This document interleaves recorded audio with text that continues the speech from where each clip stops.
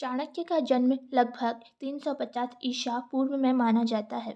उसकी सही जन्म तिथि का कोई प्रमाण नहीं है, लेकिन इतिहासकार उसे चंद्रगुप्त मौर्य से उनके संबंध के आधार पर अनुमानित करते हैं, जिन्हें उन्होंने लगभग 322 ईसा पूर्व में मौर्य साम्राज्य स्थापित करने में मदद की थी। चाणक्य के शासन के विचार मुख्य रूप से अर्थशास्त्र में मिलते हैं, जिसमें ऐसे कई सिद्धांत हैं जो परामर्श और भागीदारी से चलने वाले शासन की ओर इशारा करते हैं, जो कुछ हद तक आज की लोकतांत्रिक प्रणाली से मेल खाते हैं। इनमें से पहला है जनता की भलाई सबसे जरूरी। चाणक्य ने जोर दिया कि राजा का असली कर्तव्य जनता की भलाई करना है। उन्होंने कहा, प्रजा सुखे सुख राज्य, यानी प्रजा के सुख में ही राजा का सुख है। यह सोच लोकतंत्र की उस मूल भावना से मिलती है जिसमें जनता को केंद्र में रखा जाता है। दूसरा है सलाह मशविरा करके शासन। चाणक्य ने सुझाव दिया कि राजा को कोई भी बड़ा फैसला लेने से पहले अपने मंत्रियों और विशेषज्ञों से सलाह लेनी चाहिए।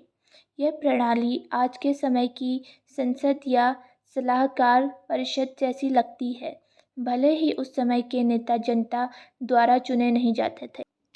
तीसरा है स्थानीय शासन का सम्मान।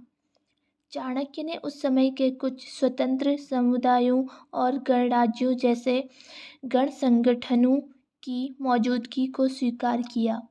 ये प्रारंभिक रूप से सामूहिक निर्णय लेने वाले तंत्र थे, जिससे यह लगता है कि चाणक्य गैर राजशाही राजनीतिक व्यवस्थाओं का सम्मान करते हैं।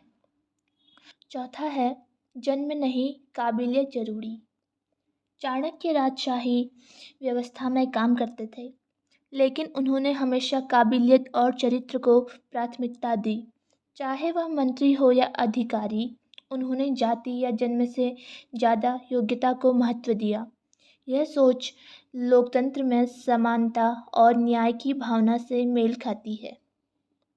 इस पूरी कहानी का निष्कर्ष यह है कि चाणक्य ने आज के जैसे लोकतंत्र की कल्पना नहीं की थी, लेकिन उनके विचारों में जवाबदेह नेतृत्व, सलाह आधारित निर्णय, जनता की भलाई और योग्यता आधारित नियुक्तियां शामिल थीं। ये सभी बातें किसी न किसी रूप में लोकतांत्रिक शासन के सिद्धांतों से जुड़ी हुई हैं। धन्यवाद।